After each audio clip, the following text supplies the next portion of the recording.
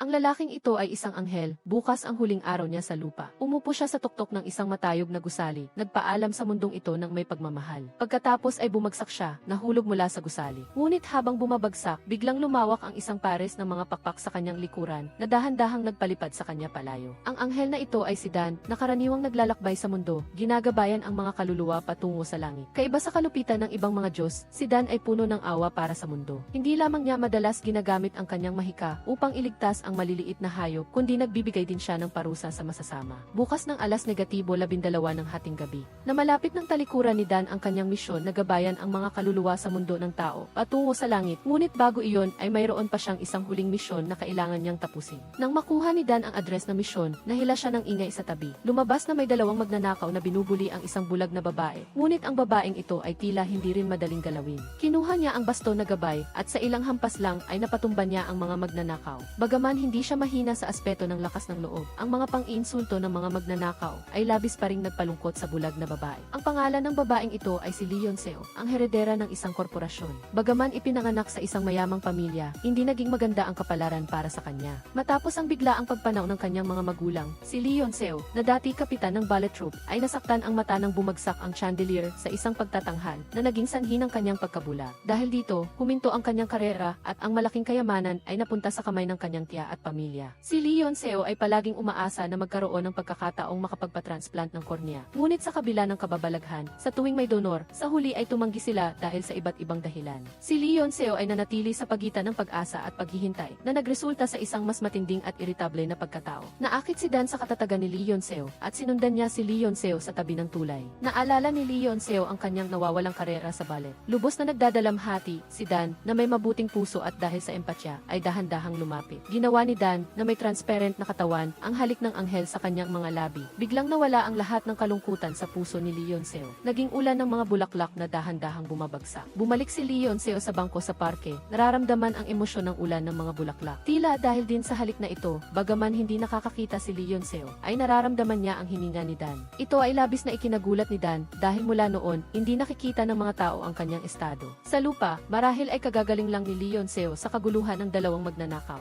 Napakanilamdam sa lalaking nakaupo sa tabi niya. Hiniling niya kay Dan na umalis sa upuan. Hinarap ni Dan ang pangingibabaw ni Leon Seo at nagsimulang makipagtalo, sinasabing ang lahat sa mundo ay pagmamay-ari ng Diyos at walang karapatan si Leon Seo na agawin ang karapatan ng iba. Ngunit ipinakita ni Leon Seo ang paghamak sa Diyos. Nang makita na labis na matindi si Leon Seo, sinabi ni Dan sa kanya na hindi lahat ng nakakaranas ng trahedya ay negatibo tulad niya at hindi rin lahat ay gustong tumalon sa tulay. Nang marinig ng kabilang partido na binanggit ang kanyang nakaraan, nanlaki ang mga mata ni Leon Seo. Mabilis siyang lumapit upang tanungin ang pagkakakilanlan ni Dan. Sa pagtutulakan, nahulog ang panyo sa dibdib ni Dan. Pinulot ni Leon Seo. Buong puso siyang nagpasyang idaraos ang ika-negatibo 25 anibersaryo ng korporasyon sa araw ng kamatayan ng mga magulang ni Leon Seo. Hindi lang siya nag-imbita ng maraming bisita, kundi nag-ayos din ng isang ballet troupe para magtanghal. Matapos magretiro si Leon Seo, ang kanyang anak na babae, si Nina, ang naging pangunahing balerina ng troupe. Sa anumang anggulo, ang pag-aayos na ito ay isang provokasyon kay Leon Seo. Si Sekretarya Cho, na responsable sa pag-aalaga kay Leon Seo, ay nilapitan ang Cha at idineklara na dadalo si Leon Seo sa party sa araw na iyon. Ngunit ipinagyabang ng Cha na matapos mawala ng paningin si Leon Seo, buti na lang at siya ang namuno sa ballet troupe, kaya nais niyang si Leon Seo.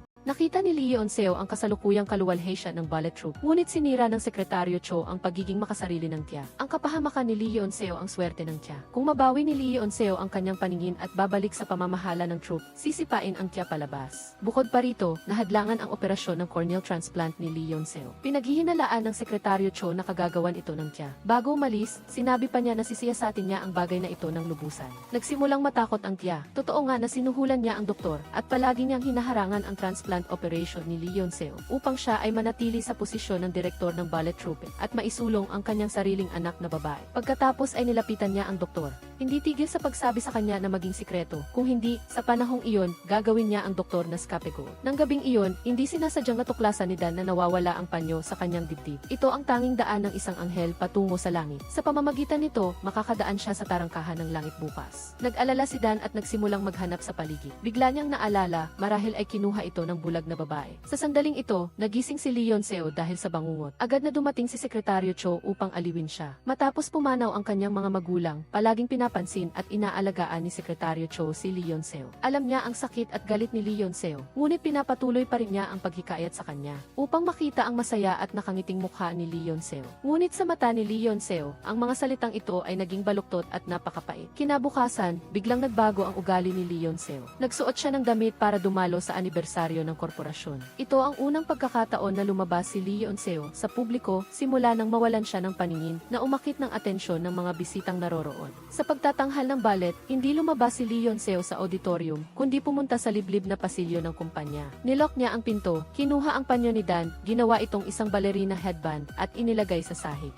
Kasama siya sa liblib na lugar na ito. Sumayaw siya ayon sa musika sa performing room. Sa pagdiriwang pagkatapos nyon, umakyat si Leon Seo sa entablado upang magtalumpati. Ang tiya ay umaasa pa rin na magagamit ni Leon Seo ang kanyang kapansanan upang makakuha ng pakikiramay at makakuha ng ilang sponsorship para sa troupe. Ngunit walang awang tinukso ni Leon Seo si Nina. Dahil dito, labis na nagalit ang tiya. Sinabi ni Leon Seo na ang mga salitang ito ay para sa paghihiganti dahil ipinagdiwang ng tiya ang anibersaryo sa araw ng kamatayan ng kanyang mga magulang. Si Dan naman, upang mabawi ang kanyang panyo, ay dumating din sa pagdiriwang. Nang sumasayaw si Leon Seo, nakuha ni Dan ang panyo at siya rin ang tanging manonood ni Leon Seo. Tiningnan ni Dan sina Leon Seo at Sekretaryo Cho na umaalis. Unti-unting lumubog ang araw. Lumapit si Dan sa huling lugar ng misyon upang salubungin ang yumao. Ang huli niyang kailangang salubungin ay si Sekretaryo Cho. Lumabas na ang kotse na minamaneho ni Sekretaryo Cho ay sinabotahe ng iba na naging sanhi ng pagkawala nito ng kontrol sa kalsada sa bundok. Nang dumating si Dan, ang buong katawan ng kotse ay nakasabit sa gilid ng bangin. Nagising si Leon Seo at naramdaman ang hininga ni Dan, umiiyak na humihingi ng tulong. Sa huli, hindi naging malupit si Dan. Sa sandaling bumagsak ang kotse, pinahinto ni Dan ang oras, lumundag, at ipinakita ang tunay na anyo ng isang anghel. Lumipad patungo sa kotse upang iligtas si Leon Seo at ibinalik ang kotse sa highway. Sa madaling panahon,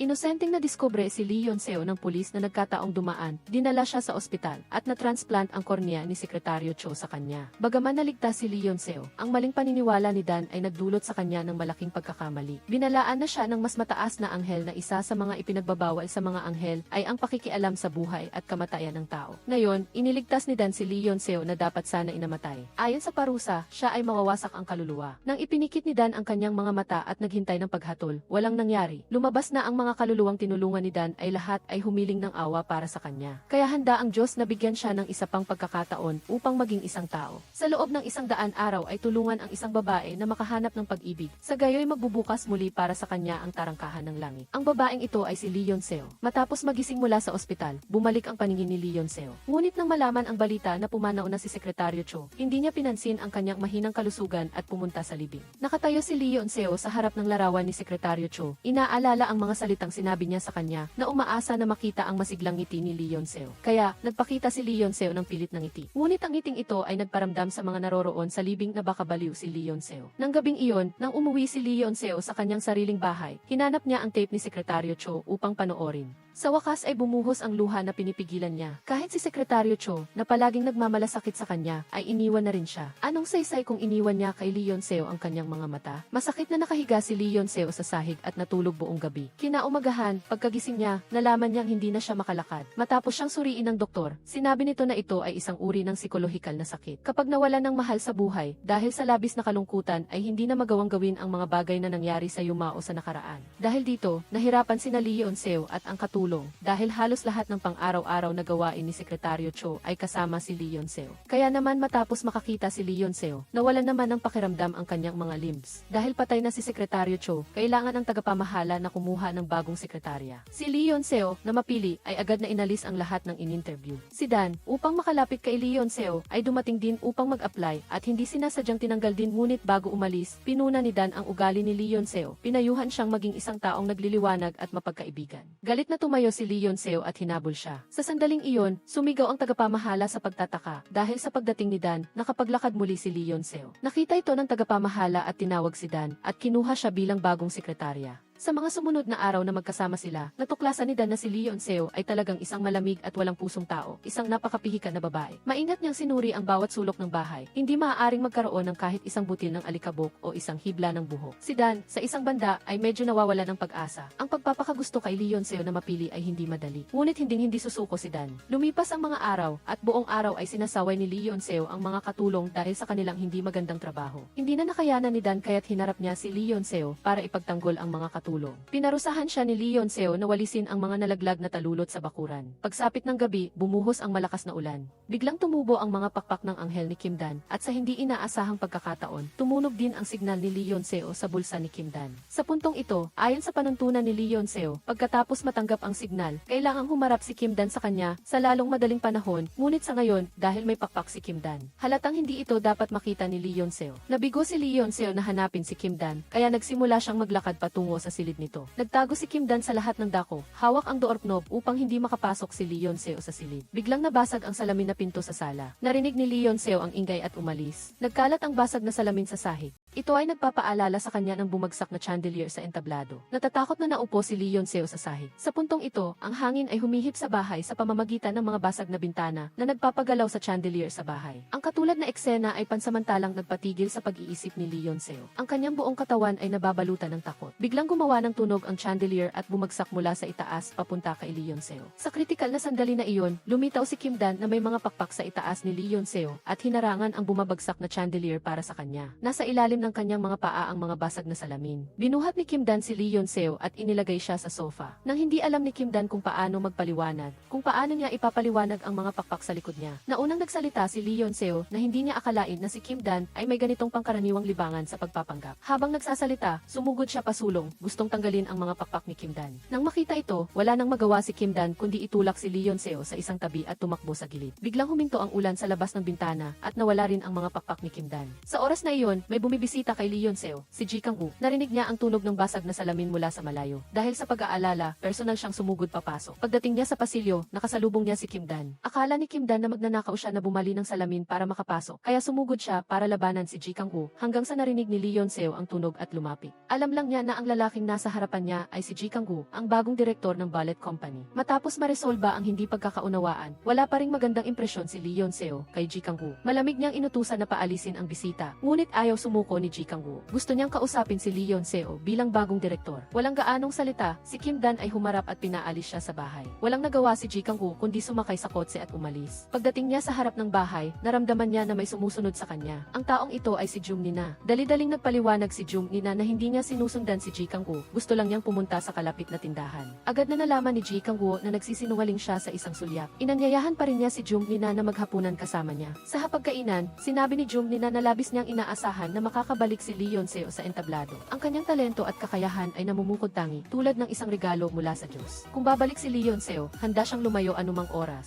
Pagkatapos sabihin ito, nagdahilan si Jung Nina na pumunta sa banyo. Ngunit pagbalik niya, hinila ni Ji Kang-woo ang kanyang kamay at sinuri ang mga kalamnan sa mukha ni Jung Nina. Alam niya na si Jung Nina ay pumupunta sa banyo upang magsuka para kontrolin ang kanyang timbang na lubhang nakakapinsala sa kanyang katawan. Sa harap ng paliwanag ni Jung Nina, sa pilitan lamang siyang hinila ni Ji Kang-woo sa harap ng bintana upang tignan ang kanyang sarili at sinabi sa kanya upang maging isang mahusay na mananayaw, maging makasarili, unahin ang pagmamahal sa sarili. Pagkaumaga, tinawagan ni Lee Yeon-seo ang security guard ng kapitbahayan upang suriin ang surveillance video sa labas ng bakuran kagabi. Gusto niyang malaman kung sino ang bumali ng bintana. Naalala ni Kim Dan ang eksena kahapon kung saan lumabas ang kanyang mga pakpak at nagkataong nakita ng kamera. Habang hindi siya mapakali, ipinaalam ng gwardiya na ang surveillance line noong gabing iyon ay maaaring nasira dahil sa bagyo at hindi makita kung sino ang sumira. Nang marinig ito, sa wakas ay nahimasmasan si Kim Dan. Habang inihahatid ang gwardiya, nalaman niyang ito pala ay isang nakatatandang anghel na nagpanggap na sadyang dumating upang tulungan si Kim Dan na makaligtas sa panganib. Sinikap ni na Kim Dan at ng kanyang nakatatandang kasamahan na malaman ang dahilan ng biglaang paglabas ng mga pakpak. Nag-isip si Kim Dan at naramdaman niyang malaki ang posibilidad na ito ay dahil sa ulan.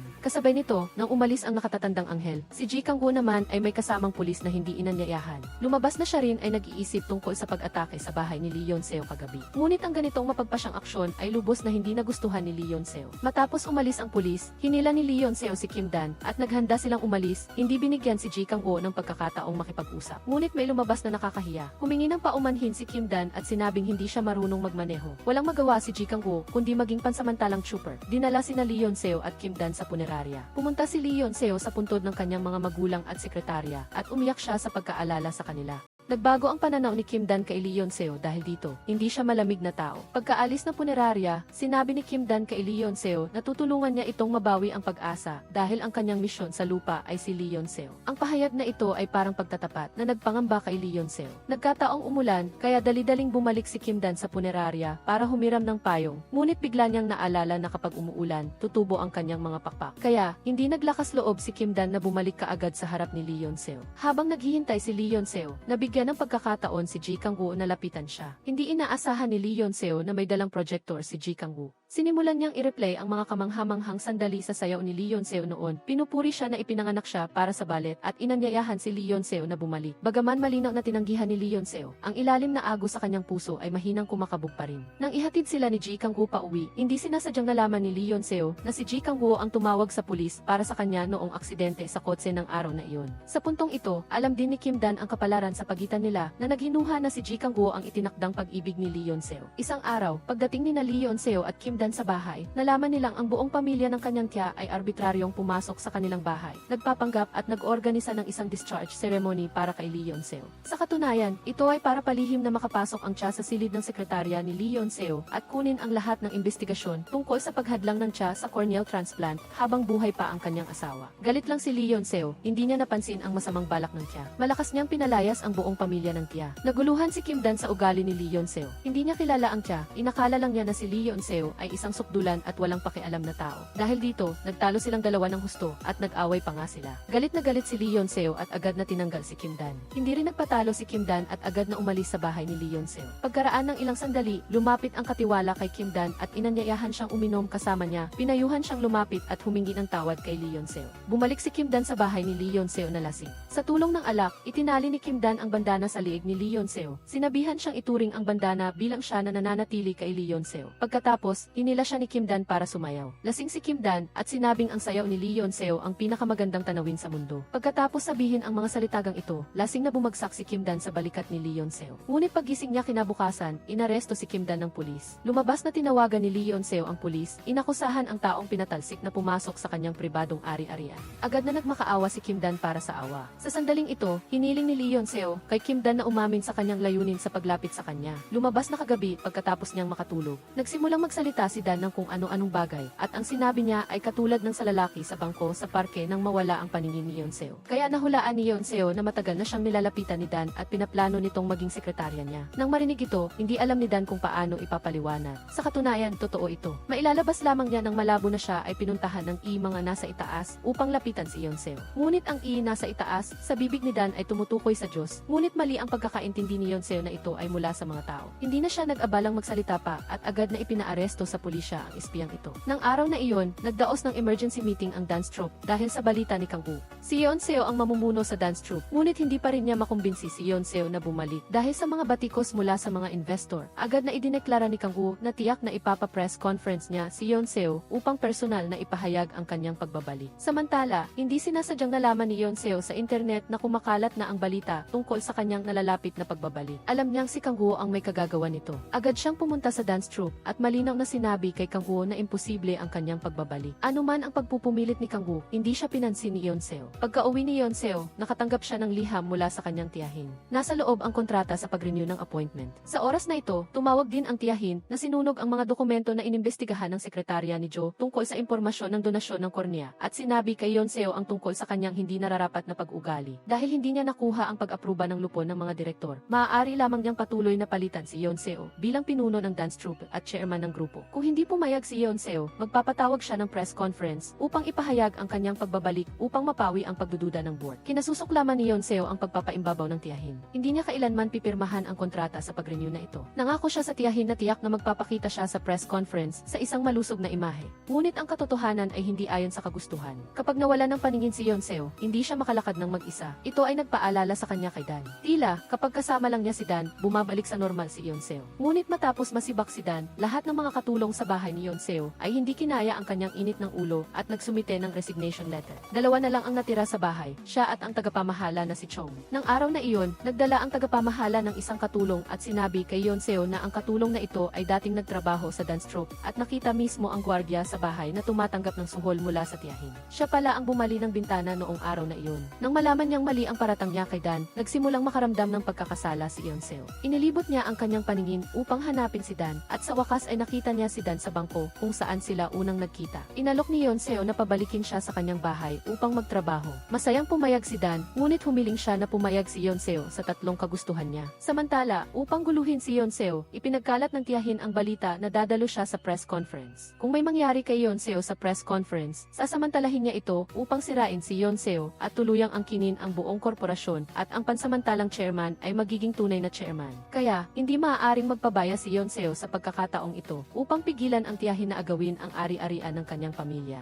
Sa tulong ni Dan, nagsimulang mag-rehab si Yeonseo. Si Yeonseo ay parang bagong silang nasanggol na nagsisimulang lumakad. Nang hindi sinasadyang bumagsak, agad siyang inalalayan ni Dan. Pareho silang bumagsak sa sahig at naging awkward ang kapaligiran. Pagkatapos, sinabi ni Dan na gusto niyang gamitin ang kanyang unang hiling para dalhin si Yeonseo sa templo upang magdasal para sa kapayapaan. Nang makarating sila sa templo, bigla nilang nakasalubong si Kang-woo. Sa katunayan, ang di sinasadyang pagkikita na ito ay pinlano ni Dan at Kang-woo. Determinado si Dan na si Kang-woo ang itinakdang pag-ibig ni Yeonseo. Kaya para pagsamahin silang dalawa, inalok ni Dan na tulungan si Kang-woo na kumbinsihin si Yeonseo na bumalik sa entablado. Habang nasa templo, nagdahilan si Dan para umalis. Mula sa malayo, pinagmamasdan niya si Yeonseo at Kang-woo, umaasa na ang kanyang kalahati ay isang taong makapagbibigay sa kanya ng kaligayahan. Ilang araw pagkatapos, naganap ang press conference ayon sa schedule. Nakasuot ng puting damit si Yeonseo na may panyo ni Dan sa kanyang pulso at lumabas sa harap ng mga mamamahayag na may eleganting paglalakad. Inihayag ang kanyang pagtanggap sa posisyon bilang pinuno ng dance troupe at matagumpay na bumalik. Sinisira ang lahat ng plano ng tiyahin. Upang ipagdiwang ang tagumpay ni Yeonseo sa press conference, uminom sila ni Dan ng isang basong alak sa entablado. Bilang pasasalamat, nais sana ni Yeonseo na halikan sa pisngi si Dan, ngunit hindi inaasahang humarap si Dan at doon naghalikan ang dalawa. Kabadong-kabado si Yeonseo, kaya hindi siya makapagsalita ng maayos. Sa sumunod na sandali, kusang hinalikan ni Dan si Yeonseo. Nakita ito ni Kang-woo nang dumating siya. Ang eksena ng paghahalikan ng dalawa ay lubhang nagpagulo sa kanyang puso. Hindi niya inasahan na maglaladlad din si Kang-woo ng pakpak sa likod niya. Hindi nagtagal, umulan na naman ng malakas. Nag-aalalang tumakbo si Dan palayo, nawala sa paningin ni Yeonseo. Natatakot na muling tutubo ang kanyang pakpak. Hindi maintindihan ni Yeonseo kung bakit tumakbo si Dan matapos ang halik at nanatili na lamang siyang nakatayo doon na nagtatampo. Sa sandaling iyon, tinakpan ni Kang-woo si Yeonseo ng payong mula sa likod at iniuwi siya. Sa daan, sinabi ni Kang-woo na bibigyan niya si Yeonseo ng 2 linggo para magpagaling.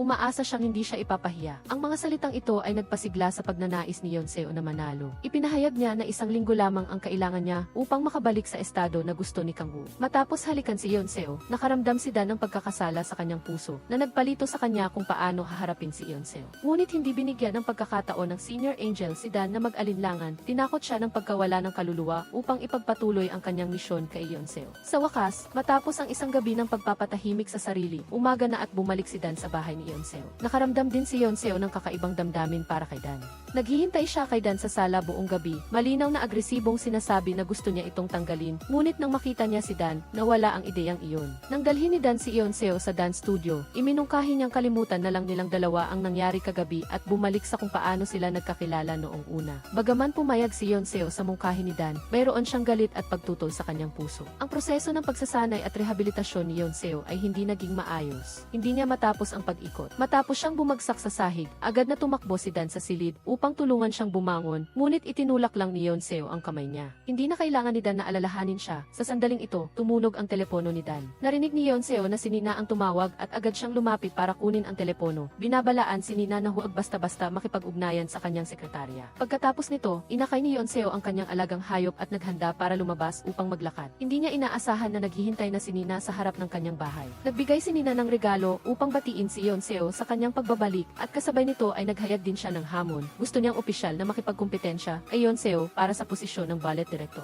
Ang balita ng pagbabalik ni Yeonseo ay nagdala ng maraming pag-asa sa grupo at umakit din ng atensyon ng isang sikat at mayamang negosyante. Handa siyang manood para lang makita si Yeonseo. Ang performance cell na namuhunan sa dance troupe at kasabay nito, kumakalat ang mga bulong sa loob ng grupo tungkol sa pagbitiw ng tiyahin sa dance troupe at pagsasauli nito sa John Cell. Ito ang dahilan kung bakit nag-aatubili ang mga investor na makipagtransaksyon sa kanya, sapagkat pag-aakalang malapit na siyang magbitiw at walang saysay ang pakikipag-usap sa kanya. Ang sitwasyong ito ay nagdulot ng labis na sama ng loob sa tiyahin. Ayaw niyang ibigay ang karera na pinaghirapan niya sa Joncel, kaya't gumawa siya ng huling paglaban at nais pa ring patunayan na hindi pa rin matatag ang pisikal at mental na kalagayan ni Joncel. Kaya't ang taunang performance night ng dance troupe ay binago upang maging isang kaganapan na gaganapin sa lalong madaling panahon. Ang layunin ay para sa araw na iyon ay may mangyari kay Yeonseo at madali niyang masasakop ang kumpanya. Sa kabilang banda, labis na binibigyan ng pansin ni Kangwoo ang relasyon ni Yeonseo at Dan. Pumunta siya sa bahay ni Yeonseo, nais malaman ang progreso ng kanyang pagsasanay, ngunit nakita niya si Dan na kasama ni Yeonseo sa pag-ensayo. Nang makita ito, lalong lumakas ang galit sa puso ni Kangwoo. Lihim niyang binalaan si Dan, kung hindi mo gusto si Yeonseo, huwag mong gamitin ang damdaming ito para paikutin ang puso ni Yeonseo. Nang marinig ito, nagsimulang pag-isipan ni Dan ang kahulugan ng pagmamahal. Hiningi niya ang payo ng nakatatandang anghel at sinabi, simula nang halikan ko si Yeonseo, sa tuwing lumalapit siya, lumalakas ang tibok ng puso ko. Hindi niya alam kung pag-ibig ba ito. Nang marinig ang pagkalito ni Dan, ikinuwento ng nakatatandang anghel ang isang kwento mula 15 taon na ang nakakaraan upang bigyan ng babala si Dan. Noong panahong iyon, mayroon ding isang anghel na umibig sa isang tao na mananayaw at sa huli ay pinarusahan ng Diyos at naging abo. Hindi alam ni Dan na ang pangunahing karakter sa kwentong ito ay si Kangwoo, na isang babae na kamukha ni Yeonseo. Pagkatapos, bumalik si Dan sa kanyang trabaho. Si Yeonseo ay nag-ensayo gabit araw, kahit na walang tigil na nalalaglag ang kanyang kuko sa paa, hindi pa rin siya sumusuko. Nang makita ang eksenang ito, labis na nalungkot si Dan. Pinunasan pa niya ang dugo sa paa ni Yeonseo. Nang sandaling iyon, tinanong ni Yeonseo kung gusto siya ni Dan. Nag-alinlangan si Dan dahil katatapos lang niyang marinig ang kwento tungkol sa anghel na umibig sa tao at naging abo, kaya lalo siyang natakot na umamin sa kanyang nararamdaman. Ang pagtanggi ni Dan ay nagdulot ng pagkadismaya kay Yeonseo. Pinalayas niya si Dan sa dance studio at patuloy na nag-ensayo ng mag-isa. Mabilis na lumipas ang isang linggo. Nang araw na iyon, nakipagkita ang tiya kay Yeonseo at binanggit na nag-imbita siya ng isang mahalagang investor sa gabi ng dance troupe gala. Sinabi niya kay Yeonseo na maging maingat sa pag-entertain at sinabing kung wala ang investment mula sa mayamang negosyante na ito, mahihirapan si Yeonseo na matapos ang kanyang comeback performance. Dahil sa panggigipit sa negosyo, sumang-ayon si Yeonseo sa kahilingang ito. Matapos magkita, lumitaw si Kangwoo sa pintuan na naghihintay kay Yeonseo. Palabas na nakita ni Dan ang isang larawan ni Yeonseo noong bata pa siya na sumasayaw ng ballet sa tabi ng dagat at sa likod nito ay nakasulat ang iunang pagkakataon sumayaw ng ballet. Upang matulungan si Yeonseo na maibalik ang kanyang orihinal na hangarin sa pagsasayaw ng ballet at upang buhayin din ang pag-ibig ni Kangwoo at Yeonseo, nag-ayos si Dan ng isang maliit na entablado tulad ng nasa larawan sa dalampasigan. Pagkatapos ay hiniling niya kay Kangwoo na dalhin si Yeonseo sa lugar na ito. Sa ilalim ng paghihikayat ni Kangwoo, muling tumayo si Yeonseo sa maliit na entablado at sumayaw sa saliw ng musika. Habang pinapanood si Yeonseo na sumasayaw, umalingaw sa isip ni Dan ang isang eksena. Noong sumasayaw ang batang si Yeonseo noong taong iyon. At mayroon pang isang batang lalaki na tagapanood. Pinigilan ni Dan ang kanyang puso. Ang kirot na ito ay nagdulot sa kanya ng kagalakan at panghihinayang. Masaya dahil nakita niya ang kagandahan ni Yeonseo habang sumasayaw at nanghihinayang dahil siya mismo ang naghatid kay Yeonseo sa iba. Matapos makipagkita kay Yeonseo, pumunta si Kangwoo sa funeral home upang bisitahin ang yumaong si Sohee. Siya ang taong mananayaw na minahal ni Kangwoo 15 taon na ang nakakaraan. Ngunit ang pag-ibig na ito ay kinailangan niyang tanggapin ang parusa dahil sa kanyang pagiging anghel. Nakatayo si Sohee sa isang tabi, pinapanood si Kangwoo na nakapikit, mukhang mas masahol pa sa patay. Agad siyang lumapit upang harangan ang suntok para sa kanyang minamahal at pagkatapos ay nawala sa mga bisig ni Kangwoo. Mula noon, paulit-ulit na sinubukan ni Kangwoo na wakasan ang kanyang buhay. Nais niyang maging tao, ngunit hindi siya nagtagumpay. Lumipas ang 15 taon at sa gabi ng dance troupe gala, nagbihis at nag-ayos si Yeonseo at lumitaw sa bulwagan. Bago umalis, uminom siya ng malaking dosis ng pampasigla upang hindi na umasa kay Dan. Nang makita ng negosyante si Yeonseo, nagpakita siya ng asal ng isang lobo at sinamantala ang pagkakataon upang hipuan si Yeonseo. Ngunit alam ni Yeonseo na ito ang kawalan ng kakayahan ng industriya ng entertainment sa mga investor, kaya nagtiis siya sa buong pangyayari. Sa simula, nagpa siya ang tiya na sa aktibidad na ito, ipapahayag niya ang kanyang pagpapaalam sa dance troupe at ililipat ang kapangyarihan kay Yeonseo. Ngunit sa kanyang pagkatao, nag-iisang hindi siya kailanman makikipagkompromiso sa ganoong paraan. Gaya ng inaasahan, nag-utos ang tiyahin na lagyan ng gamot ang inumin ni Yeonseo upang mapahiya siya sa harap ng mga nakatataas at mawala ang pagkakataong mamuhunan. Ngunit ang plano ng tiyahin ay nabigo dahil kay Dan. Naalala ni Dan ang paalala ng katiwala sa kanya na maging lubhang mapagbantay sa hapagkainan at nakita niya ang isang lalaki na palihim na kumikilos, ngunit dahil walang ebidensya at ang kalaban ay naglaro sa likod niya, napilitan siyang sumuko. Pagkatapos, bumalik si Dan sa bulwagan at nang makita niya ang plano ng tiyahin na ang waiter na may dalang alak para kay Yeonseo ay bumagsak sa sahig. Nang makita ang nabigong plano, agad na nagpadala ng mensahe ang tiyahin kay Chief Park na inutusan itong magdala ng 2 baso pa ng may gamot na tubig. Kinakabahan si Chief Park na tinapos ang kanyang gawain, ngunit hindi niya inaasahan na nakatayo pala sa likod si iyon ni Yeonseo. Pinapayuhan siyang huwag gumawa ng mali. Nang marinig ito, napilitan si Chief Park na sumuko. Hindi niya rin inaasahan na ang nakatatandang kapatid ni Nina na si Runa ay nag-ayos din ng mga tao para lokohin si Yeonseo. Ininiksyon niya ng hallucinogen ang prutas at kinain ito ni Yeonseo nang walang pag-aalinlangan. Nang umakyat ang tiyahin sa entablado upang ipahayag na si Yeonseo ang papalit, tumayo si Yeonseo at agad na nakaramdam ng pagkahilo. Pagkatapos nito ay nagsimula siyang magwala at nawala ng kontrol at diretsong ininsulto ang negosyante na iyon bilang isang walang kwentang matanda. Nang dumating si Dan, si Yeonseo ay sumusugod na patungo sa hagdan, nanginginig ang bawat hakbang. Agad na niyakap ni Dan si Yeonseo at nawala ng malay si Yeonseo sa ilalim ng banayad na titig ni Dan. Nang magising si Yeonseo kinabukasan, naalala niya ang kanyang ginawa kahapon at labis siyang nagulat. Hindi siya uminom ng alak ngunit nagpakita siya ng lasing na estado. Agad siyang naghanap ng doktor upang magpa-blood test. Kasabay nito, ang kawalan ng kontrol ni Yeonseo ay nagdulot sa kanya upang mawala ang pamumuhunan ng mayamang negosyante. Sinamantala ng tiyahin ang pagkakataong ito upang makipag-alyansa sa ibang mga investor upang bigyan ng pressure si Kang-woo. Ngunit ayaw ni Kang-woo na makipagkompromiso. Para sa kanya, si Yeonseo ang ganap na pangunahing karakter ng ballet troupe at hinding-hindi niya ito papalitan anuman ang mangyari. Ang sagot na ito ay ikinagalit ng mga mamumuhunan at sa galit ay nag-alok na bawiin ang lahat ng kanilang pamumuhunan sa dance troupe. Nagalit si Ji Kang-woo at bumalik sa rehearsal room kung saan nakita niya ang lahat ng iba pang mananayaw na nagwewelga upang ipahayag ang kanilang pagkadismaya kay Kim Dan. Hindi nila tinanggap ang isang baliw bilang pinuno ng grupo. Nang marinig ni Ji Kang-woo ang kanilang mga salita, ganap na sumabog ang galit sa kanyang puso. Ibinaling niya ang lahat ng kanyang galit kay Jung Nina. Iginiit na kapag si Kim Dan ay nasa entablado, dala niya ang puso at kaluluwa ng sayaw. Samantalang si Jung Nina ay walang anuman kundi kawalan.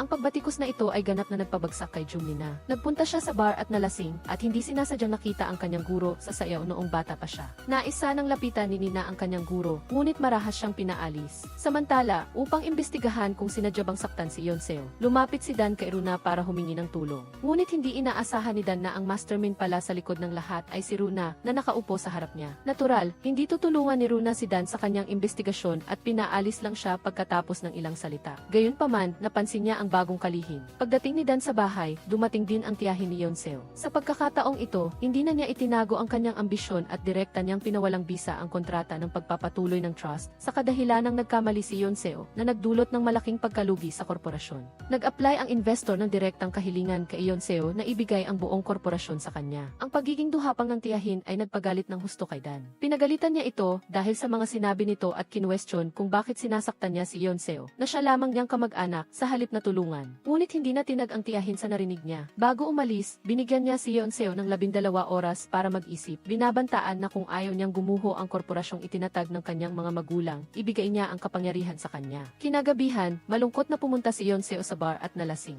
Sinabi sa kanya ng katiwala na ipinapakita sa ulat na may mga sangkap ng hallucinogen sa kanyang dugo. Gayunpaman, dahil dati nang uminom si Yeonseo ng brain-enhancing na gamot, napakahirap gamitin ang ulat na ito bilang patunay na sinadya siyang saktan. Sa puntong ito, labis na nalungkot si Yeonseo sa ideya ng patuloy na pagsasayaw. Nang makita ang babaeng gusto niya na labis na naghihirap, kinumbinsi siya ni Dan na isantabi muna ang kanyang pagmamahal sa entablado at ballet. Kung gusto niyang sumayaw, handa si Dan na maging tanging manonood niya. Pagkatapos nito, nagsimulang sumayaw si Yeonseo ng maganda sa harap ng kanyang nag-iisang manonood. Nang hindi siya makatayo ng tuwid, bumagsak siya sa mga bisig ni Dan. Dinala ni Dan si Yeonseo na lasing pauwi. Nang makita ang sakit ni Yeonseo, labis din siyang nalungkot. Matapos makatulog si Yeonseo, pumunta si Dan sa tulay upang magpahangin. Nang mga sandaling iyon, biglang lumitaw si Kang-woo. Binalaan niya si Dan na lumayo kay Yeonseo. Sa kanilang pagtatalo, pareho silang nahulog sa ilog. Nawala ng malay si Dan matapos mahulog sa tubig. Nang muli siyang magising, binibigyan siya ng first aid ng mga medical staff. Ngunit wala si Kang-woo. Matapos dalhin sa ospital, iniisip pa rin ni Dan kung bakit biglang ginawa iyon ni Kang-woo sa kanya. Maliban kung narinig niya si Dan na hinihimok si Yeonseo na talikuran ang kanyang karera sa ballet. At tama nga iyon. Narinig ni Kang-woo ang pag-uusap ng dalawa at pagkatapos lamang ng kanilang pag-uusap ay ibinuka ni Kang-woo ang kortina ng kama sa tabi at nilinaw kay Dan na matapos mawala ng paningin si Yeonseo. Naranasan na niyang subukang kitilin ang kanyang buhay. Dahil ipinanganak siyang mananayaw, ang pagsasayaw ay ang mismong buhay ni Yeonseo. Ang pagtalikod sa ballet ay magiging habang buhay na paghihirap para sa kanya. Ngunit hindi lang nabigo si Dan na hikayatin si Yeonseo na buong tapang na sumulong, bagkus ay sinabi pa niya ang mga salitang nagpahina sa loob nito. Umaasa si Kang Guo na voluntaryong magbibitiw si Dan at huwag nang manatili sa tabi ni Yeonseo upang hindi ito maapektuhan. Kung hindi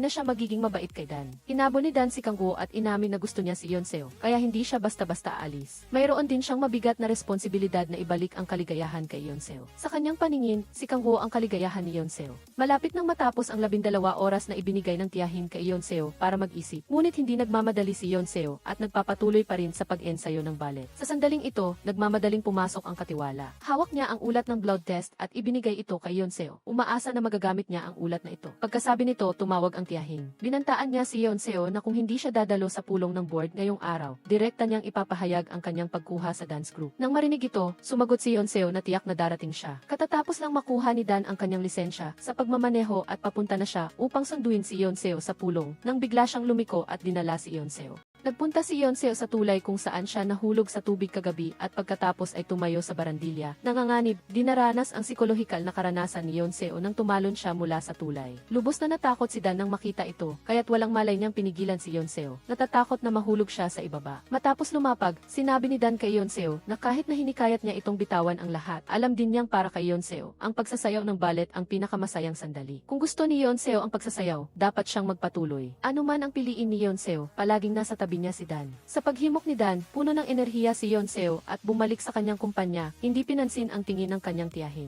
Direktang nakipag-usap si Yeonseo sa mga mamumuhunan, humingi ng paumanhin para sa kanyang pag-ugali sa gabing iyon ng pagtitipon ng dance troupe at pagkatapos ay nangako na ang kanyang susunod na pagtatanghal ang magiging huling laban. Kung mabigo ang pagtatanghal, kusang loob niyang iiwan ang dance troupe at ang korporasyon. Pagkatapos ng pulong, galit na nilapitan ng tiyahin si Yeonseo. Sa tingin niya, mula nang mamatay ang mga magulang ni Yeonseo, inilaan niya ang kanyang puso at lakas sa dance troupe. Si Yeonseo ang sumingit at inagaw ang kanyang pinaghirapan. Sa ngayon, kahit na sumasang-ayon ang lahat ng mamumuhunan na bigyan si Yeonseo ng pagkakataon, lalabanan pa rin siya ng tiyahin. Gaya ng inaasahan, ang mga miyembro ng dance troupe ay nagprotesta. Nagsimula ng magwelga si Yeonseo. Gusto nilang gamitin ito para makipag-ugnayan kay Kang Guo. Ngunit, hindi inaasahan, mas naging desidido pa si Kang Guo. Direktang sinabi niya na sinuman ang wala sa susunod na araw ay direkta niyang sisibakin. Ngunit naramdaman ni Yeonseo na ang pagpuwersa ni Kang Guo sa mga miyembro ng dance troupe ay lalo lamang magpapalayo sa puso ng mga tao. Habang nag-iisip siya kung paano makikisalamuha sa dance troupe, iminungkahi ni Dan na humingi ng tulong si Yeonseo kay Nina dahil hindi tulad ng tiyahin at Runa, mabait na babae si Nina. Pinakinggan ni Yeonseo ang payo ni Dan, tinawagan si Nina at humingi ng tulong kay Nina. Sa huli, pagkatapos sumali ni Yeonseo sa dance troupe, magka-face off lang ang dalawa ng patas. Naantig si Nina sa mga komento at pagkatapos ay sinabi niya kay Yeonseo ang kinaroroonan ng mga miyembro. Kamakailan, nagpunta ang mga mananayaw sa nursing home para maging voluntaryo. Para makasama sa grupo, nakipaglaro din si Yeonseo sa mga matatanda. Ngunit sa panahong ito, aksidenteng natabig ng isang matandang babae ang kandila na naging sanhi ng sunog. Para protektahan ang matandang babae, umako si Yeonseo ng responsibilidad sa sunog. Nang makita nilang nagdulot ng gulo si Yeonseo, labis na hindi nasisiyahan ang mga miyembro ng dance troupe at direkta pa nga nilang sinabi sa kanya na huwag isipin na sa pagpapanggap na sumali sa mga aktibidad ng grupo ay makukuha niya ang tiwala ng mga tao. Natanto ni Yeonseo ang dahilan ng kanyang pagiging hindi tanggap ng mga miyembro ang maging pangunahing karakter sa entablado. Kaya't espesyal niyang tinawag si Kang Guo sa nursing home upang simulan niyang muling piliin ang mga performer. Kasama na siya. Patutunayan niya na kaya niyang gampanan ang responsibilidad bilang pinuno ng dance troupe. Kung talagang hindi siya pasado sa pamantayan, handa si Yeonseo na magsimula sa group dance. Sa huli, kinilala ng mga miyembro ang sinabi ni Yeonseo. Lahat sila ay bumalik sa dance troupe upang ipagpatuloy ang regular na pagsasanay.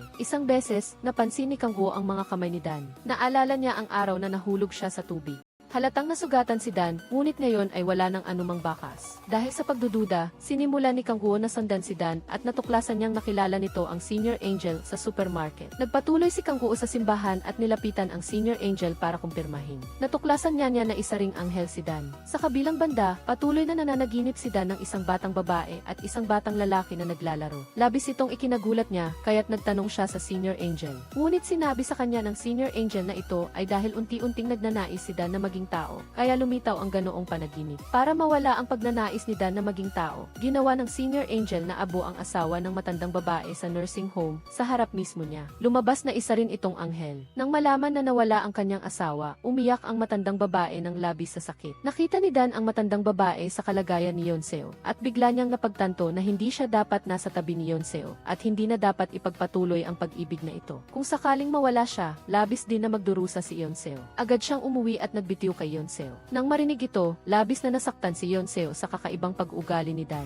Kinaladkad niya si Dan, ngunit nang makitang desidido na ito, nagalit si Yonseo at inutusan agad ang tagapamahala na asikasuhin ang pagbibitiw ni Dan. Mas mabuti raw kung hindi na sila magkita pang muli. Pagkaalis ni Dan, tinawagan siya ni Kang-woo upang makipagkita, ngunit ang tagapamahala ang sumagot sa telepono. Sa sandaling iyon, nalaman ni Kang-woo na umalis na si Dan sa tabi ni Yonseo. Kahit na ito ang resulta na gusto ni Kang-woo, nagtataka pa rin siya kung bakit lumapit ang isang anghel na tulad ni Dan kay Yonseo. Kakaranas lang ni Yonseo ng problema sa pag-ibig at pagdating niya sa dance troupe, iniiwasan din siya, ngunit tiniis niya ang lahat at kasama ang iba ay naghintay para sa pagpipilian ng performance. Pagkatapos, inihayag ng tiyahin na wala si Kang-woo sa hurado sa pagkakataong ito dahil sa paniniwala niyang hindi siya makapagpapanatili ng patas na paninindigan. Nang marinig ito, sinabi rin ni Kang-woo sa tiyahin na umalis sa hurado at hayaang magpasya ang mga miyembro ng dance troupe kung sino ang mamumuno. Ang paggawa ni Kang-woo ng sarili niyang desisyon ay labis na ikinagalit ni Runa. Nang makita ang masamang tingin ni Runa, naalaala ng tiyahin ang sinabi ng kanyang asawa dati na napakabait ng tiyuhin ni Yonseo at hindi niya hahayaan ang tiyahin na saktan ang sinuman sa tabi niya para sa kanyang sariling kapakinabangan. Nang malaman niya na may sumira sa preno ng sasakyan ni Secretary Cho, agad na inakala ng tiyuhin ni Yonseo na ang kanyang asawa ang gustong patayin si Secretary Cho. Matapos malaman ng tiyahin ang katotohanan, lubos din siyang nagulat. Bagaman uhaw siya sa kapangyarihan, hindi niya hangaring patayin si Yonseo at nagsimula siyang maghinala na ang kanyang sariling anak na si Runa ang may gawa nito. Sa kabilang banda, maraming hinanakit na tiniis si Yonseo sa dance troupe at lalo pa niyang naaalala si Dan. Nang gabing iyon, pagkatapos ng ensayo, pumunta siya sa bangko kung saan sila unang nagkita at iniyak ang kanyang pangulila kay Dan. Nang marinig ang mga sakit at kawalan ng katiyakan ni Yonseo, lumabas si Dan mula sa kalapit na puno at sinabi kay Yonseo na huwag siyang ituring na sandalan at ang kanyang paunang pagiging mabait ay mula lamang sa awa. Ngayong nakarecover na si Yonseo, oras na para pakawalan niya ako at humanap ng taong tunay na magmamahal sa kanya. Nang marinig muli ang mapait na salita ni Dan, matapang na tumalikod si Yonseo bago umalis si Dan. Gusto niyang maalala ni Dan na sa pagkakataong ito, hindi siya ang iniwan, kundi siya ang kusang lumayo kay Dan. Matapos magbitiw si Dan, hindi siya nagpunta sa simbahan, kundi nanatili sa nursing home para alagaan ang matandang babae na nawala ng kasama. Nang gabing iyon, nang magising ang matandang babae, nakiusap siya kay Dan na dalhin siya sa kanyang matandang asawa. Lumabas na alam pala niya na ang kanyang matandang asawa ay isa ring anghel. Magkasama silang namuhay ng mahigit 75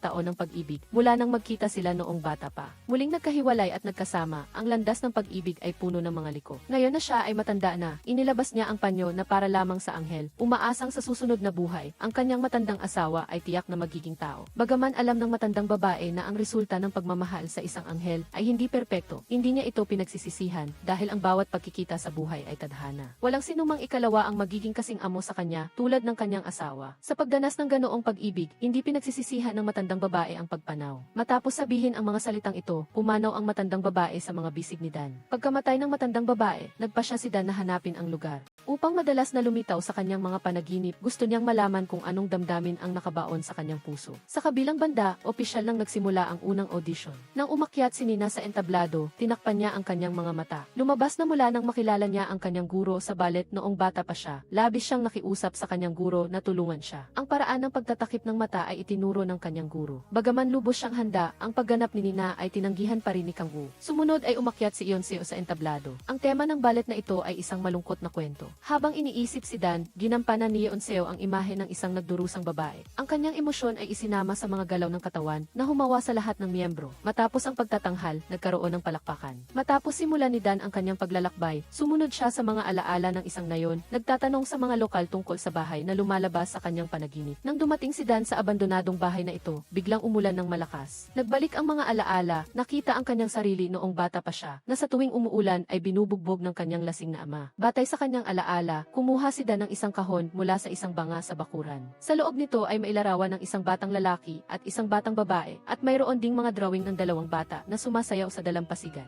Sa ilalim ay nakasulat ang mga pangalan ng dalawang bata at ang pangalan ng batang babae ay Yonseo. Sa wakas, naaalala ni Dan na ang batang lalaki sa kanyang alaala ay siya mismo. Biglang may naramdaman si Dan at nagmadali siyang pumunta sa tabing dagat. Saktong nakarating din si Yonseo sa lugar na ito. Mula nang umalis si Dan, ang damdamin ni Yonseo para sa kanya ay hindi puot, kundi pag-ibig at pangungulila. Dahil sa damdaming ito, nang magtanghal si Yonseo ng ballet, nalukmok ang buong pagkatao niya sa kalungkutan at ang damdamin ng pagkauhaw sa pag-ibig. Ngunit hindi ito ang artistikong damdamin damdamin na gusto ni Kang Woo. Dahil dito, pinuna ni Kang Woo si Yeonseo. Pagdating sa bahay, napanaginipan niyang muli ang isang kaibigan mula sa kanyang kabataan.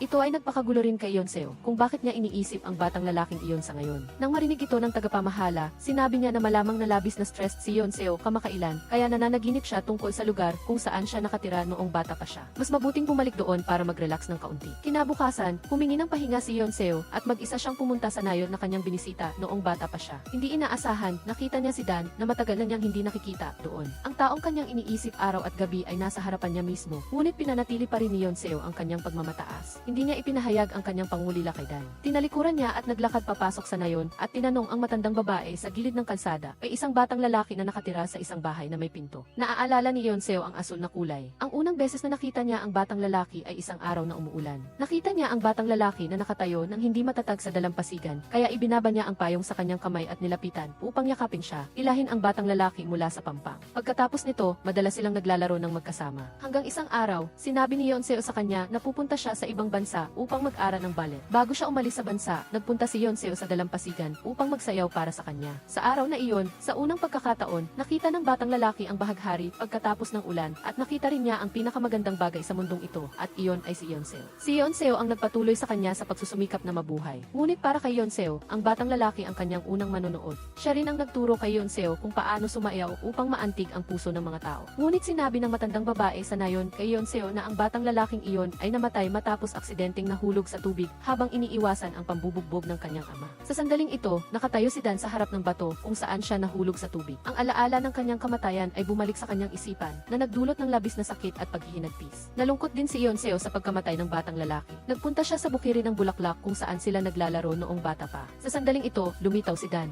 Niyakap niya si Yeonseo na umiiyak at inalo siya na tiyak na naaalala siya ng batang lalaki bago siya umakyat sa langit dahil si Yeonseo ang pinakamasayang alaala sa buhay ng batang lalaki. Magkasama nilang ipinahayag ang kanilang paggalang sa batang lalaki sa dalampasigan. Nais ni Yeonseo na bumalik si Dan sa Seoul kasama niya, ngunit alam ni Dan na hindi pa niya lubos na nalulutas ang kanyang mga pagdududa. Kaya't umasa siyang hihintayin siya ni Yeonseo ng mas matagal. Kapag tuluyan na niyang nalutas ang mga buhol sa kanyang puso, babalik siya kay Yeonseo. Ito rin ang kanyang kagustuhan. Bago iyon, ang panyo ay pansamantalang sasama kay Yeonseo. Umikot si Dan at umalis, naiwan si Yeonseo na mag-isa sa dalampasigan, nakatingin sa malungkot na likod ni Dan. Ang paglalakbay na ito ay nagbigay kay Yeonseo ng pangako ni Dan. Ito ang dahilan kung bakit mas gumanda ang pakiramdam niya. Ibinulsa ni Jeonseo ang scarf ni Danny sa bag. Sinabi sa katiwala na hindi na kailangang interviewin ang bagong sekretarya dahil babalik din si Danny. Nagpatuloy si Jeonseo sa pagbabalik sa dance troupe at nagsimulang magsanay. Habang papalapit ang araw ng pagpili ng pinuno ng troupe, muling nagsimulang magplano si Jumnina at Jumruna para sa botohan. Kinuha ni Jumnina ang impormasyon ng lahat ng miyembro ng dance troupe at naghandang suhulan ang bawat isa. Kumpara sa mga pakana ni Jumnina at Jumruna, araw at gabi namang nagsanay si Jeonseo. Gustong gamitin ang tunay na lakas upang manalo sa posisyon. Biglang bumuhos ang malakas na ulan kinagabihan. Dahil dito, muling naalaala ni Yeonseo si Dan, iniisip kung nasaan na siya. Sa sandaling ito, nasa isang nursing home si Dan. Ang taong gusto niyang hanapin ay ang kanyang ama na masamang tinrato siya noon. Nakita niya ang kanyang ama na nakahiga sa higaan ng ospital, malapit ng bawian ng buhay. Umiyak si Dan dahil sa sakit na idinulot ng kanyang ama sa kanya. Nang marinig ng ama ang sinabi ni Dan, dahan-dahan niyang iniabot ang kanyang kamay upang abutin si Dan at hirap na binigkas ang tatlong salita, "Ama, patawad." Siguro ay sanay na si Dan sa galit na mukha ng kanyang ama, kaya hindi niya agad matanggap ang paghingi ng tawad na ito. Mabilis siyang tumakbo palabas ng silid ng ospital, at sa likuran niya, huminga ng huling hininga ang kanyang ama pagkatapos ng huling paghingi ng tawad na ito. Tungkol sa nangyari kay Dan, ang nais ni Dan na imbestigahan ay ang tunay na pagkatao ni Kang Woo, dahil alam ni Kang Woo na si Dan ay isang anghel at binalaan pa ang anghel na huwag manatili sa piling ng tao ng matagal. Tanging siya lamang ang makapagpapasaya kay Yeonseo. Upang imbestigahan si Dan, sa tulong ng senior angel, nakapasok siya sa bahay ni Kang Woo at natuklasan na ang babaeng mahal na mahal niya ay kamukhang-kamukha ni Yeonseo. Nang malaman na itinuturing lamang ni Kang Woo si Yeonseo na isang kapalit at hindi tunay na pag-ibig, nagpasya si Dan na siya ang tutupad sa responsibilidad na mapasaya si Yeonseo. Gaano man kabigat ang parusa, hindi niya pagsisisihan. Matapos magpasya, bumalik si Dan kay Yeonseo at nangakong palagi siyang sasamahan at hinding-hindi siya iiwanan. Matapos magsalita, hinalikan niya si Yeonseo. Ang pagbabalik ni Dan ang tuluyang nagpawala ng mga pagdududa sa puso ni Yeonseo. Nagpatuloy silang dalawa sa kanilang inseparable na buhay, hayagang ipinapakita ang kanilang pagmamahal. Hahalikan na sana ni Dan si Yeonseo nang biglang istorbohin sila ng tagapamahala. Sa kabilang banda, narinig ng senior angel na pinagdududahan ni Dan si Kang Woo. Espesyal siyang nagpunta sa templo kung saan madalas pumupunta si Kang Woo upang suriin. Nang makita niya ang lapida ni Seohee, agad siyang Agad na naunawaan ng Senior Angel ang pagkatao ni Kang Woo. Lasing at himatay si Senior Angel sa simbahan. Nagpunta si Kang Woo sa simbahan upang paalalahanan ang Senior Angel na pigilan ang maling pag-ugali ni Dan. Ngunit, tinawag siya ng Senior Angel at sinabi na si Kang Woo ay isang anghel na inabandona ng Diyos at naging isang anghel tao. Pagkatapos nito, magkasama silang umupo sa harap ng simbahan at uminom ng alak. Tinanong ng Senior Angel si Kang Woo kung bakit niya pinupuntirya si Dan. Dahil ang kagustuhan ni Kang Woo ay makita si Yeonseo sa entablado. Sa tuwing lumalapit siya kay Yeonseo, ang mga buto ng damdamin ay tila unti-unting lumalago sa kanyang puso. Kaya't kinamumuhian niya ang kanyang karibal na si Dan.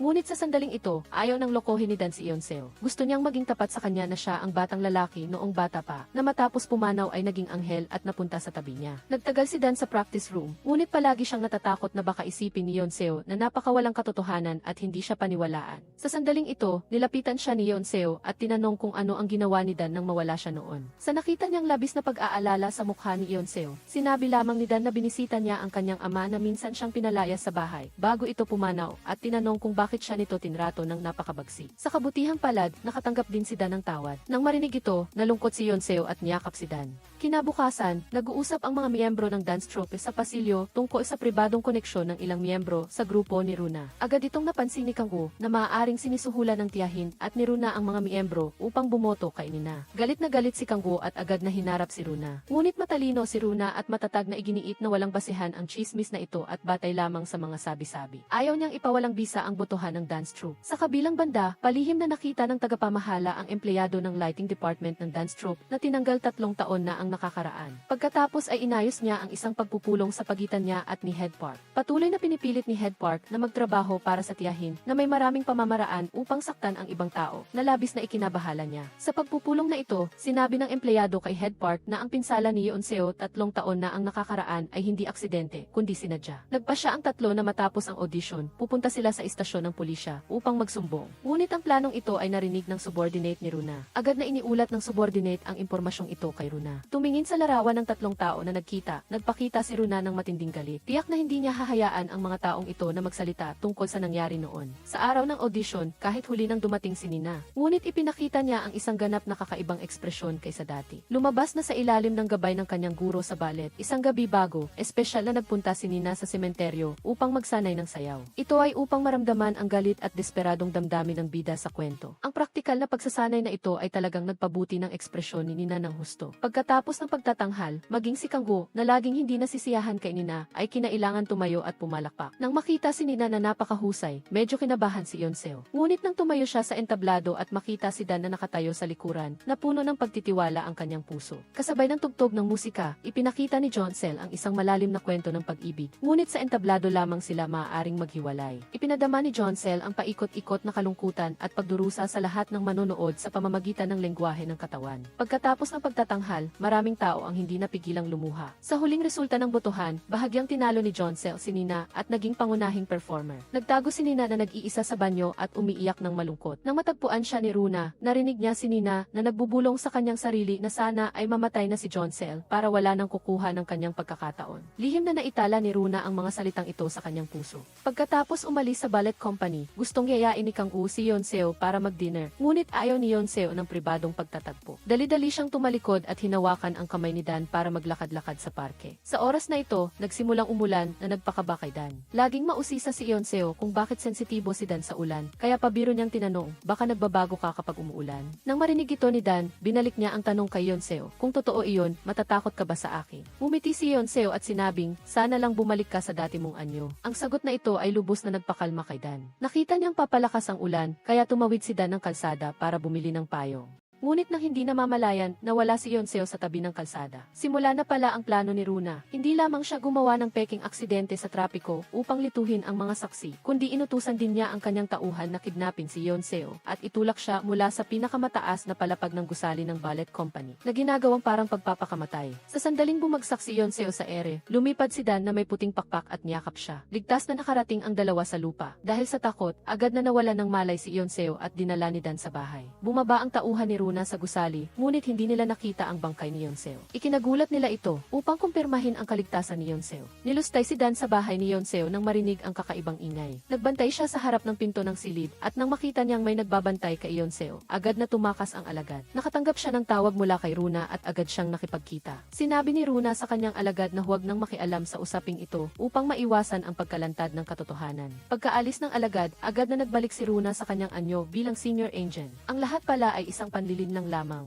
Si Runa, na tunay na si Runa, ay nasa restaurant at naghihintay ng balita ng pagkamatay ni Yonseo. Ngunit pagkalipas ng kalahating araw, si Kang Guo ang dumating. Nakuha pala ni Kang Guo ang isang mensahe na pinaghihinala ang liham ng pamamaalam ni Yonseo. Narito na ang kanyang paalam na sulat na nagsasaad na magpapakamatay siya sa pinakamataas na palapag ng gusali ng ballet company. Pagdating ni Kang Guo sa gusali ng ballet company, nakita niya si Dan na may pakpak na bumaba kasama si Yonseo. Agad na naunawaan ni Kang Guo na si Yonseo ay muling biktima ng tiyahin niya, kaya't pumunta siya upang hanapin si Runa. Binalaan niya ito na huwag nang gumawa ng masama kay Yonseo. Nagising si Yonseo, ngunit nawalan siya ng alaala matapos ang insidente ng kidnapping. Naaalala lang niya na bumili si Dan ng payong sa kabilang kalsada at pagkatapos noon ay nawalan na siya ng malay. Hindi alam ni Dan kung ito ba ay isang magandang bagay o masama. Sa isang banda, masaya siya na wala nang nakakatakot na alaala si Yonseo. Ngunit sa kabilang banda, ito ay parang isang pagpapanggap na nagpapahaba ng kanyang pagkakataong sabihin ang totoo. Sa oras na ito, si Yonseo, nakita ni Yonseo na nawawala ang kanyang cellphone. Upang matulungan si Yonseo na mahanap ito, pumunta si Dan sa pinangyarihan ng pagkahulog mula sa gusali at nakita ang telepono sa damuhan. Nang buksan niya ang screen, nakita niya ang sulat ng pamamaalam na ipinadala ni Yonseo kay Kang Guo. Malinaw na hindi ito gawa ni Yonseo. Agad na pinaghihinalaan ni Dan ang tiyahin dahil sila lang ang umaasa na aakyat na si Yonseo. Kinagabihan, kinausap ni Dan ang senior angel na sinabing labis siyang nadismaya sa pamilya ng tiyahin. Hindi maintindihan ni Dan dahil malinaw naman na sila ay magkamag-anak, bakit nila ito ginawa? Nang marinig na sinisikap ni Dan na makiramay sa mga tao, agad siyang pinigilan ng senior angel.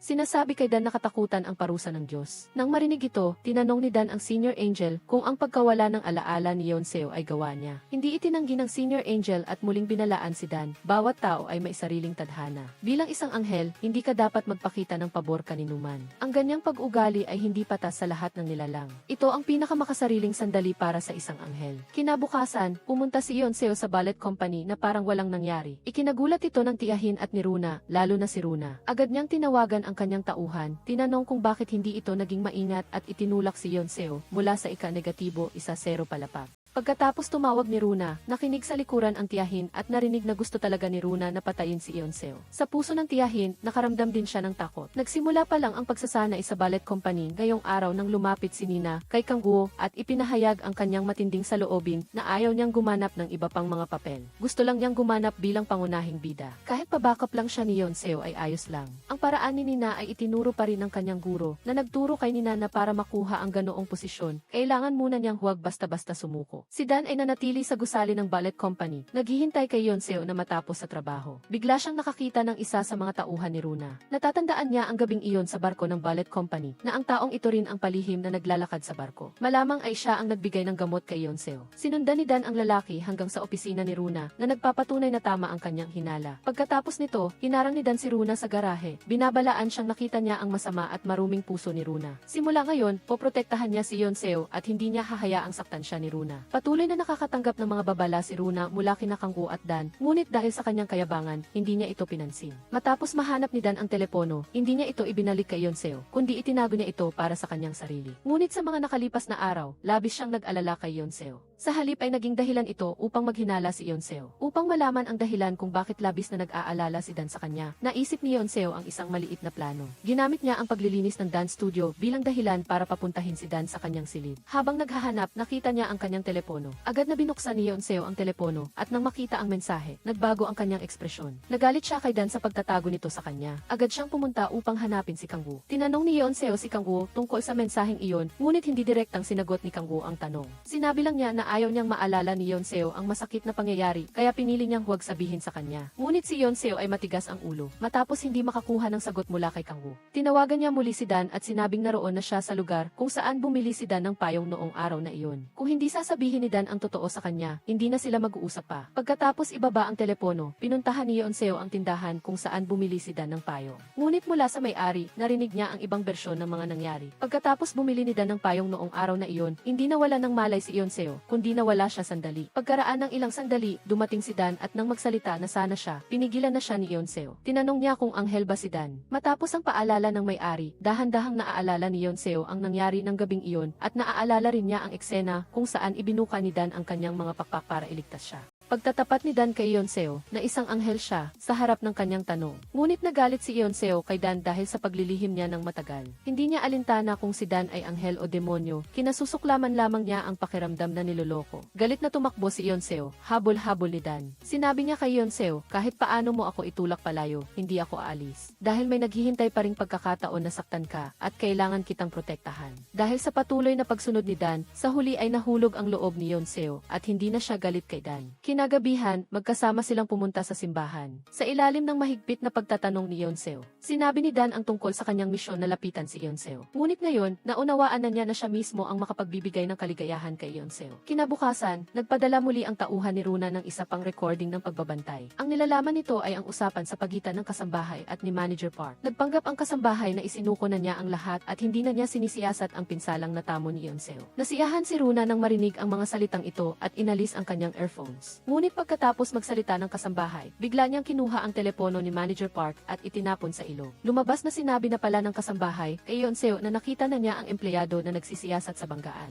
Inamin ni Dan kay Yeonseo na siya ay isang anghel. Ngunit nagalit si Yeonseo kay Dan dahil sa matagal na paglilihim. Hindi niya inalintana kung anghel o demonyo si Dan, ayaw lang niya sa pakiramdam na niloloko. Galit na tumakbo si Yeonseo, hinabol siya ni Dan. Sinabi niya kay Yeonseo, kahit anong gawin mong pagtataboy sa akin, hindi ako aalis. Dahil mayroon pa ring naghihintay na pagkakataon na saktan ka at kailangan kitang protektahan. Dahil sa patuloy na paghabol ni Dan, sa huli ay nahulog ang loob ni Yeonseo at hindi na siya nagalit kay Dan. Kinagabihan, magkasama silang pumunta sa simbahan. Sa ilalim ng mahigpit na pagtatanong ni Yeonseo, sinabi ni Dan kay Yeonseo na siya ay isang anghel. Ngunit nagalit si Yeonseo kay Dan dahil sa matagal na paglilihim. Hindi niya inalintana kung anghel o demonyo si Dan, kinasusuklaman lamang niya ang pakiramdam na niloloko. Galit na tumakbo si Yeonseo, hinabol siya ni Dan. Sinabi niya kay Yeonseo, kahit anong gawin mong pagtataboy sa akin, hindi ako aalis. Dahil may naghihintay pa ring pagkakataon na saktan ka at kailangan kitang protektahan. Dahil sa patuloy na paghabol ni Dan, sa huli ay nahulog ang loob ni Yeonseo at hindi na siya galit kay Dan. Kinagabihan, magkasama silang pumunta sa simbahan. Sa ilalim ng mahigpit na pagtatanong ni Yeonseo,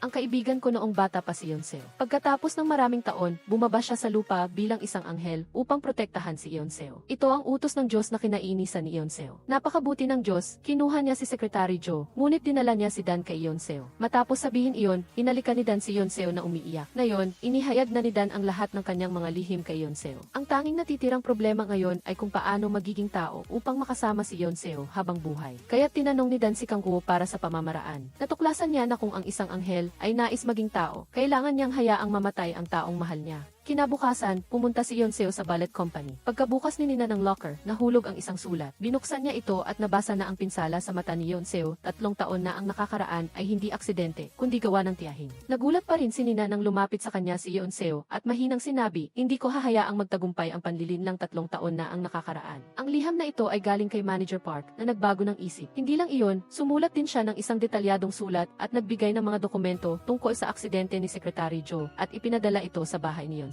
Pagkabasa ni Yeonseo, agad niyang inutusan ang kasambahay na dalhin ang mga dokumentong ito sa istasyon ng pulisya upang maghain ng kaso. Ang kasambahay ni Yeonseo ay pumunta sa ballet company at sinabi na ang kanyang mata ay nasugatan 3 taon na ang nakakaraan dahil sa aksidente, kundi gawa ng tiyahin niya. Habang sinasabi ito, narinig ni Nina ang lihim na ito mula sa kanyang ina na labis na ikinagulat niya. Gayunpaman, dahil sa kakulangan ng direktang ebidensya, hindi pa rin matukoy ng pulisya sina Tita at Runa bilang mga suspect. Upang makahanap ng mahalagang ebidensya, nilapitan ni Dan ang tauhan ni Runa. Gamit ang kanyang kapangyarihan bilang anghel, tinalian niya ito sa bubong ng ballet company pagkatapos ay pumasok sa loob ng bahay. Nakita ng tauhan ang at mga personal na gamit ng inalis na empleyado. Sa kabilang banda, Samantala, dumating si Yonseo sa bahay ng tiyahin at ipinahayag ang liham ng pagtatapat ni Manager Park sa harap ni Nina at ang tiyahin. Mayroon ding recording kung saan gusto ng tiyahin na suhulan ang mga miyembro na bumoto sa pagtatanghal. Nang malaman ni Nina na matagal nang ginagawa ng kanyang ina ang mga ganoong maruming bagay, labis siyang nagalit. Inihagis ni Yonseo ang lahat ng ebidensya sa mesa at dahil sa sama ng loob, iminungkahi niya na kung kusang aalis ang tiyahin sa korporasyon, hindi na siya idedemanda ni Yonseo bilang paggalang sa kanilang relasyon. Kinagabihan, nakatanggap si Yonseo ng tawag mula kay Kang Woo. Gusto niyang makipagkita kay Yonseo at pag-usapan si Dan. Nang marinig na tungkol kay Dan ang usapan, agad na lihim na umalis si Yonseo sa bahay. Pagkatapos nilang magkita, gusto pa rin ni Kang Woo na itigil ni Yonseo ang relasyong ito. Sinabi niya kay Yonseo na kung magmamahalan ang isang anghel at isang tao, ang huling resulta ay magiging abo. Nang malaman ni Yonseo ang malupit na katotohanan ito, umuwi siya na tulala.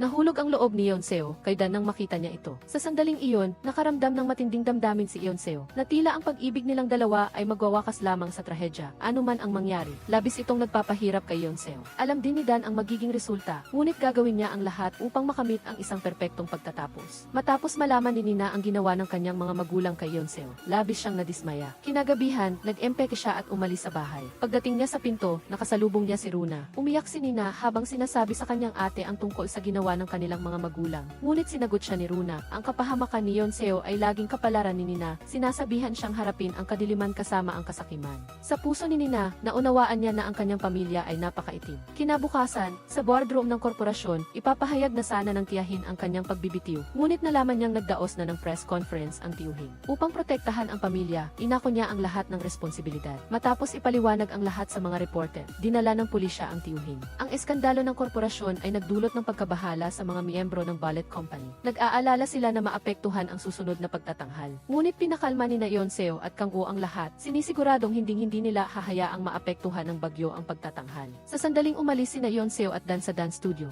nakita niyang naghihintay si Runa sa lobby at naglakad ang dalawa patungo sa entablado. Biglang lumuhod si Runa sa harap ni Yonseo, umiiyak at nagmamakaawa ng kapatawaran. Ngunit alam ni Yonseo na ang mga luha ni Runa ay peking para lang mailabas ang tiyuhin sa bilangguan. Marahil iyon ang ginawa ng kanilang pamilya pagkatapos ng maraming pag-iisip. Hindi lumambot ang puso ni Yonseo. Alam niyang si Runa ang may sala sa lahat. Kung nagkasala, kailangan niyang pagbayaran ang kanyang mga kasalanan. Nang makita na matigas ang sinabi ni Yonseo, pinunasan din ni Runa ang kanyang mga luha at bumalik sa kanyang orihinal na anyo. Ngayon na gumuho na ang kanilang pamilya, naging mas baliw pa si Runa. Binalaan niya si Yonseo na mag-ingat sa labas. Pinalala ng mga salita ni Runa ang pag-iingat ni Yonseo. Nang matuklasan ito ni Dan, inutusan din niya ang kasambahay na mabilis na hulihin si Runa at ang kanyang tauhan. Matapos ayusin ang lahat, biglang nagkaroon ng ideya si Yonseo. Dinala niya si Dan sa shopping mall. Nagpakuha sila ng mga souvenir na larawan, ngunit mas masaya ang sandali, mas lalo nitong ipinaalala kay Yonseo ang katotohanan na isang araw ay aalis si Dan. Sa pag-iisip nito, hindi napigilan ni Yonseo ang kanyang luha. Nang magtanong si Dan tungkol sa nangyari, nalaman niya na sinabi na ni Kang Woo kay Yonseo ang lahat ng tungkol sa kanya, kasama na ang katotohanan na mayroon na lamang siyang isang buwan sa mundong ito, at ang parusa sa pag-ibig sa pagitan ng tao at anghel ay magiging abo.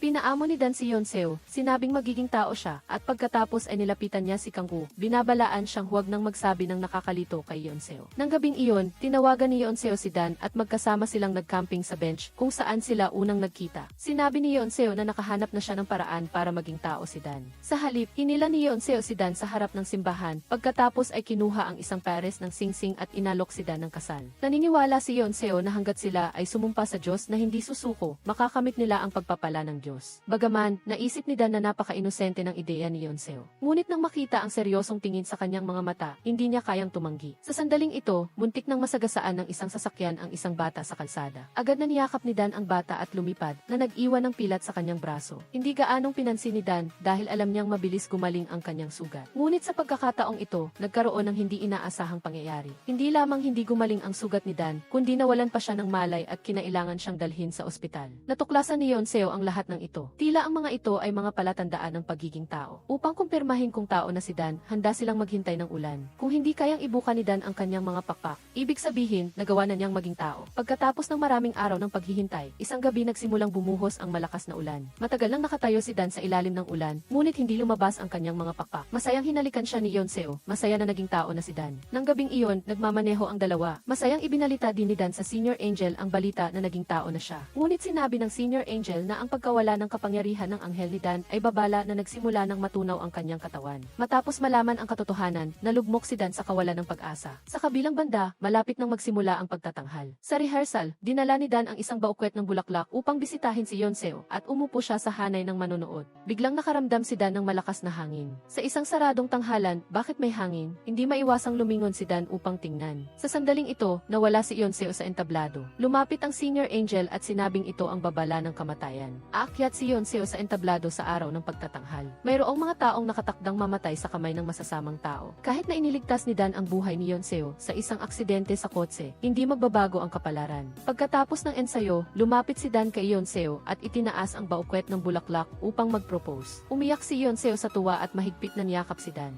Habang pinag-uusapan nilang dalawa ang araw ng kanilang kasal. Muling buong pagpapakumbabang nag-propose si Dan kay Yonseo. Alam niyang hindi siya maaaring maging tao, ngunit nais niyang gamitin ang kanyang natitirang lakas upang protektahan ang buhay ni Yonseo. Kaya, sa araw ng pagtatanghal, isasakripisyo pa rin ni Dan ang kanyang sarili upang pigilan ang pagkamatay ni Yonseo, kahit na matunaw siya. Nang gabing iyon, pinuntahan ni Dan si Yonseo at inamin sa kanya ang katotohanan na hindi siya maaaring maging tao. Hiniling din niya kay Yonseo na maghanda sa posibleng biglang pagkawala niya isang araw. Pagkatapos niyang magsalita, mahigpit na hinawakan lang ni Yonseo ang kamay ni Dan. Hindi siya nag-alala tungkol sa hindi tiyak na paghihiwalay, alam lang niya na bago maghiwalay. Mananatili siya sa tabi ni Dan, itinakda nilang magpakasal pagkaraan ng isang linggo. Pagkatapos, magka-holding hands silang pumunta sa shopping mall para mamili ng mga gamit sa bahay pagkatapos ng kasal. Habang pinipili ang Senior Angel, patuloy itong nagpapalit ng iba't ibang salesperson at nagsasabi ng mga bagay na maghihiwalay sa kanilang dalawa. Nahulaan ni Dan ang intensyon ng Senior Angel, kaya hinila niya ito sa ibang lugar at tinanong kung bakit ito nagkakagulo. Ang layunin ng Senior Angel ay iligtas si Dan, pinayuhan niya itong huwag isakripisyo ang kanyang buhay para sa isang taong malapit nang mawala. Nang makitang hindi pa rin naunawaan ni Dan, walang nagawa ang Senior Angel kundi kumilos mula kay Johnson. Nang marinig ito, agad na sumugod si Dan upang labanan ang Senior Angel. Umasa siyang hindi na niya guguluhin ang kanilang buhay. Sa sandaling iyon, dumating si Yonseo at pinatigil ang kanilang labanan. Umupo ang tatlo sa isang coffee shop. Gusto sanang payuhan ng Senior Angel si Yonseo, ngunit naunahan siya nito. Taos pusong hiniling ni Yonseo sa Senior Angel na maging ninong nila. Nang makita si Yonseo na buong pusong tinatanggap ang kaligayahan, hindi na rin nakatiis ang Senior Angel. Sa huli, nagpasya siyang bumitaw na at hindi na makialam sa usapan. Sa kabilang banda, matapos mahuli ang mag-asawang tiyahin, pareho nilang gustong akuin ang lahat ng kasalanan. Ngunit ang tunay na kontrabida, si Runa, ay hindi pa rin nagsisisi sa panahong ito. Muling nanuhol ang empleyado. Pinlanong gawin ng lighting department ng performing stage ang parehong insidente tulad ng banggaan 3 taon na ang nakakaraan, muling nagdulot ng kapahamakan kay Yonseo. Kinagabihan, pumunta si Dan sa opisina ni Runa at binalaan siyang mas mainam na magbago na siya at huwag nang gumawa pa ng krimen. Kung hindi, tiyak na palalayasin niya ito. Dahil sa masamang reputasyon ng pamilya ng tiyahin, sa pagtatanghal sa entablado, nakatanggap sila ng malaking halaga ng refund mula sa mga manonood. Agad na nalugmok ang grupo sa krisis. Alam ni Yonseo na kung hindi malulutas ng maayos ang problemang ito, ang ballet troupe ay mapupuno ng eskandalo at unti-unting mawawala. Agad siyang gumawa ng matinding desisyon at nagpanukala ng press conference. Upang linawin, ginamit ni Yonseo ang press conference upang ipahayag na ang performance ay isang bagong simula para sa ballet troupe. Umaasa na makakalimutan ng mga manonood ang epekto ng eskandalo at magtutuon sa pagpapahalaga at paghahatid ng sining. Pagkatapos ng press conference, binigyan ni Yonseo si Kangguo ng imbitasyon sa kasal na siya at si Dan mismo ang nagdisenyo. Nakita ni Kangguo na nahuhulog sa pag-ibig si Yonseo, ngunit gusto pa rin niyang makamit ang pag-ibig na ito. Muli niyang sinubukang pigilan ito, sinabing pagkatapos umalis ni Dan, mararanasan ni Yonseo ang sakit ng pagkawala ng minamahal sa buong buhay niya. Ngunit matagal nang tanggap ni Yonseo ang lahat. Sumagot siya na kahit ilang segundo lamang ng matinding pagmamahal ay sapat na upang maalala ng isang tao sa buong buhay niya. At ang pakiramdam na ito ay dapat na alam ni Kangguo. Sa wakas, ipinahayag ni Kangguo ang paraan upang maging tao ang isang anghel ang pagsasakripisyo ng sarili. Upang kumpirmahin ang pahayag na ito, pumunta si Yonseo sa simbahan, ngunit nalaman niya mula sa Senior Angel ang isang bagay. Ang dahilan pala kung bakit bumalik si Dan sa mundo upang tuparin ang kanyang misyon ay dahil noong nangyari ang aksidente sa sasakyan sa pagitan niya at Sekretarya Cho, nilabag niya ang utos at iniligtas si Yonseo. Nang malaman na tahimik na nagpakasakit si Dan para sa kanya, nagpasya rin si Yonseo na hindi niya papayagan si Dan na umakyat sa langit. Samantala, tuluyan nang nagpasya si Nina na umalis sa bahay at kusa siyang pumutol ng komunikasyon sa kanyang pamilya.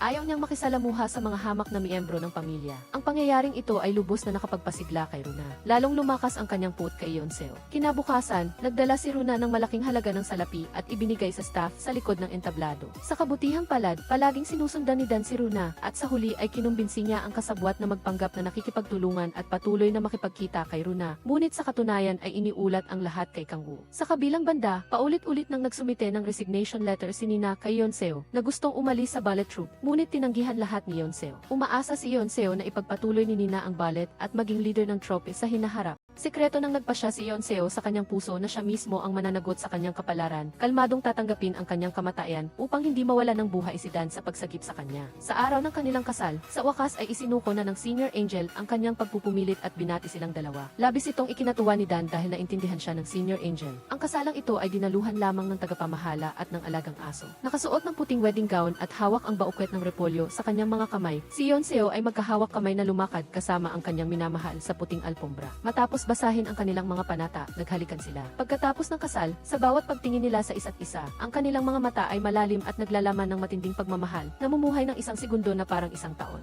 Nagpasya si Yeonseo na magpunta sa simbahan matapos umalis ni Dan. Hawak ang panyo ng anghel, sinabi niya sa Diyos na handa siyang isuko ang lahat para sa kanyang minamahal. Ngunit sa lugar din kung saan nagdarasal si Yeonseo, nakipag-usap din si Dan sa Diyos. Handa rin siyang magkasala para sa kanyang minamahal. Nakita si Dan na pumunta sa isang abandonadong gusali at ang naghihintay sa kanya doon ay si Runa. Gaya ng ipinangako ni Dan sa harap ng Diyos, handa siyang magkasala para kay Yeonseo kahit pasirain ang lahat. Naglakad si Dan patungo kay Runa. Nang akmang palalayasin na ni Dan si Runa, sinaksak siya sa tiyan ng alagad ni Runa na nagdulot ng sugat sa kanya. Sa sandaling ito, dumating ang Senior Angel sa pinangyarihan, sinubukang pigilan si Dan sa huling pagkakataon, ngunit hindi siya natinag. Tila nakatalaga na ang kanyang buhay na maglaho para kay Yeonseo. Iyon ang kanyang pinakamalaking hangarin. Sa pagkakataong ito, muling itinaas ng alagad ang kutsilyo at sumugod patungo kay Dan. Biglang, tinapos ng Senior Angel ang alagad sa isang kumpas lamang ng daliri. Medyo hindi makapaniwala si Dan na tumingin sa Senior Angel. Hindi niya inakala na ang Senior Angel, na palaging humahadlang sa kanya, ay magkakasala para lamang matupad ang kanyang kagustuhan. Matapos ilagay sa kabaong ang alagad, lumuhod ang Senior Angel sa lupa, naghihintay ng parusa ng Diyos. Mabilis na lumitaw ang isang itim na usok. Binalot ng itim na usok ang katawan ng Senior Angel. Diretsahan niyang sinabi kay Dan na lubos siyang naapektuhan ng pagiging tao ni Dan. Unti-unti niyang naunawaan ang mga komplikasyon ng pag-ibig at pagkamuhi sa mundo. Sa ganitong paraan lamang niya maipapakita ang kanyang suporta kay Dan. Bago maging abo, ginamit ng Senior Angel ang kanyang kapangyarihan upang tulungan si Dan sa huling pagkakataon ang teleportahin siya sa simbahan. Sa sandaling iyon, nasa simbahan si Yeonseo, ibinuhos ang isang tumpok ng sleeping pills na nais tapusin ang kanyang buhay. Galit na nakita ni Dan ito, kaya't itinapon niya ang mga gamot. Nagkaharap ang dalawa at sa wakas ay inihayag ang kanilang mga intensyong magsakripisyo para sa isa't isa.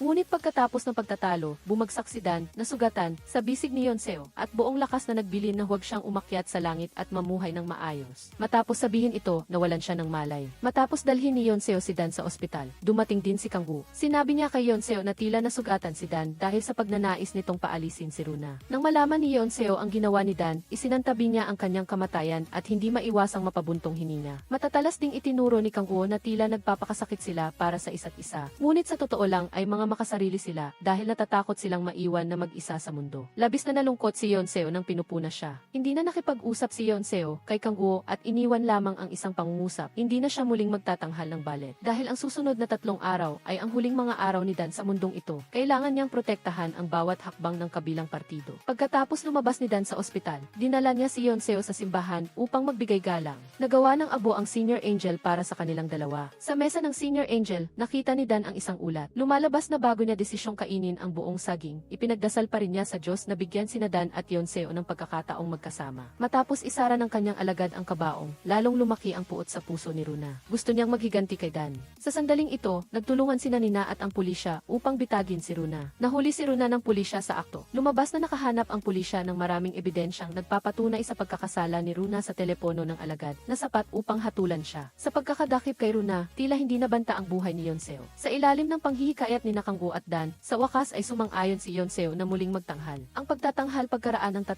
araw ay ang araw din ng pagkawala ni Dan. Kinaumagahan, magkahawak kamay na umalis si Dan at Yeonseo sa bahay, nang walang anumang bakas ng kalungkutan sa kanilang mukha. Matagal na silang naghanda para sa paghihiwalay na ito at nakapagbuhos na ng maraming luha dahil dito. Ngayon, dapat itong harapin ng may ngiti. Sa panahong ito, nagkaroon ng insidente sa detention center. Hindi pa rin nagsisisi si Runa. Nagpanggap siyang nagpakamatay at dinala siya ng pulisya sa ospital. Sinaktan niya ang isang nurse sa ospital at pagkatapos magpalit ng damit, pumunta siya sa gusali ng ballet troupe. Sadyang ibinunyag ni Runa ang kanyang kinaroroonan kay Nina. Sinabi sa kanya na hindi si Yeonseo ang kanyang target, kundi si Dan ang gusto niyang sirain. Alam ni Runa na mabait si Nina at tiyak na ipaalam niya ito kay Dan na mang-akit sa kanya na lumabas mula sa performing hall. Gaya ng inaasahan, pagkatapos malaman ang balita, agad na hinanap ni Dan si Runa sa gusali. Sa panahong ito, natapos na ang unang numero ng programa, oras na ng pahinga.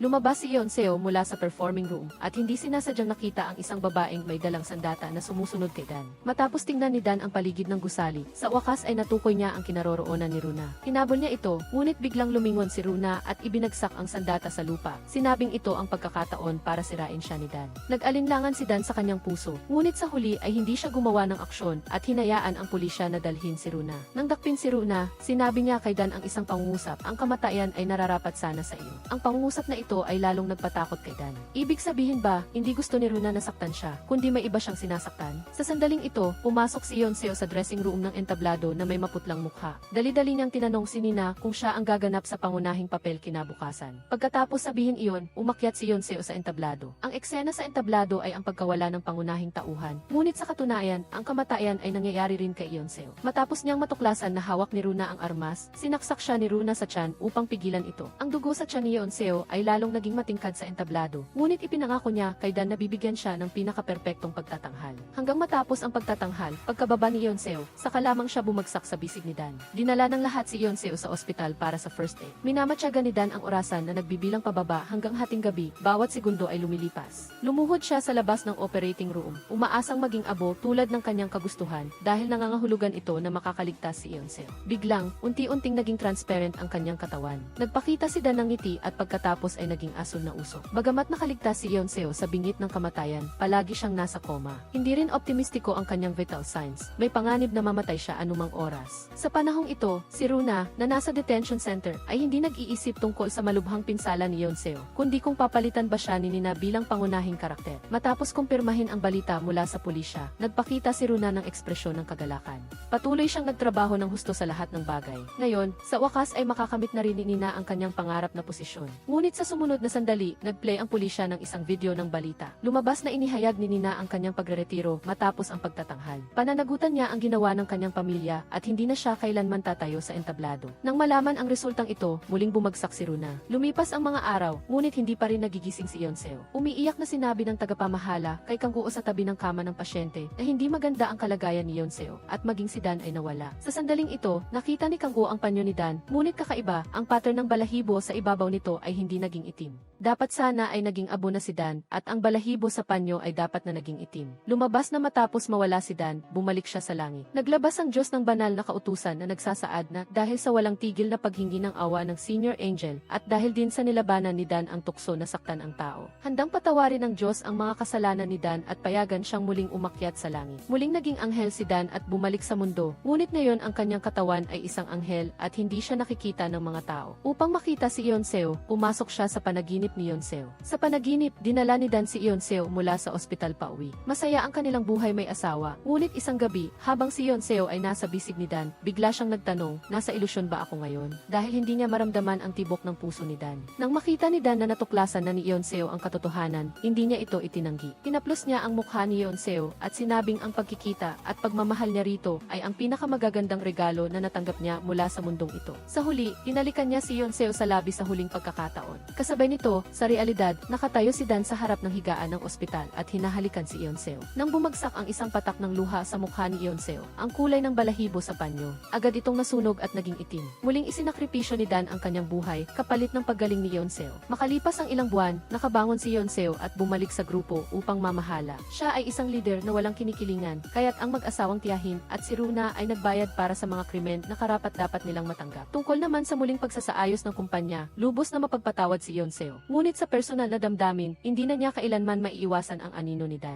Madalas niyang nararamdaman na nasa tabi pa rin niya si Dan, kaya't nakikipag-usap siya sa hangin. At pagdating sa bangko kung saan sila unang nagkita sa mga araw ng tag-ulan, naghihintay siyang lumabas si Dan sa ulan. Hindi na talaga matiis ng tagapamahala ang si Yeonseo ay nababalot ng pag-ibig. Sa huli, sinamantala niya ang pagkakataon para alukin si Yeonseo ng alak. Naglabas ng kahon na nahanap sa silid ni Dan at inilagay sa mesa. Galit niyang sinabing sa totoo lang, may balak ng iwan ni Dan si Yeonseo. Lumabas na puno ang kahon ng mga greeting cards para sa anniversary ng kasal ni Dan mula pa sa unang linggo ng kanilang kasal. Patuloy siyang sumusulat hanggang sa ika-negatibo 15 anibersaryo. Matapos basahin ang mga cards, napaiyak si Yeonseo. Kumagulgol siya sa bisig ng tagapamahala, sinabing ayaw pa rin niyang kalimutan si Dan. Sa totoo lang, palaging nasa tabi ni Yeonseo si Dan, ngunit sa pagkakataong ito ay hindi siya nakikita ng mga tao. Pagkatapos ng pagtatanghal, nagpasya si Kang-woo na umalis sa ballet troupe at pumunta sa ibang bansa. Bago siya umalis, hinanap niya si Nina. Iniwan ni Nina ang entablado at naging guro ng sayaw. Naniniwala siyang ito ang buhay na nababagay sa kanya. Nang araw na iyon, muling pumunta si Yeonseo sa bangko kung saan sila unang nagkita. Tahimik na umupo si Dan sa tabi niya, nakikinig sa pakikipag-usap ni Yeonseo sa sarili niya. Nang akmang pupunasan niya ang mga luha ni Yeonseo, biglang lumingon si Yeonseo at nakita si Dan sa tabi niya. Sa sandaling iyon, lumitaw si Dan sa kanyang paningin na parang isang tunay na nilalang. Maingat na iniabot ni Yeonseo ang kanyang kamay at hinawakan ang lugar ng puso ni Dan. Tunay nga, may mainit na temperatura ng katawan at tibok ng puso. Tuwang-tuwang niyakap ni Yeonseo si Dan. Sa sandaling ito, ang scarf ng anghel sa biglang naglaho ang dibdib ni Dan. Lumabas na kahapon, isinulat ni Dan ang huling ulat niya sa Diyos. Naintindihan niya ang layunin ng misyon na ipinagkatiwala sa kanya ng Diyos. Iyon ay ang pagmamasid sa mga tao. Mula ngayon, sasamahan ni Dan si Yeonseo bilang isang tao at tutuparin ang misyon ng pagmamasid sa buong buhay niya. Susundin niya ang kalooban ng Diyos at magtatamasa ng kamanghamanghang pag-ibig na ito na namumuhay ng masaya sa piling ni Yeonseo. Dito nagtatapos ang pelikula. Kung nagustuhan ninyo, bigyan kami ng like para magkaroon kami ng inspirasyong gumawa ng mas magagandang video.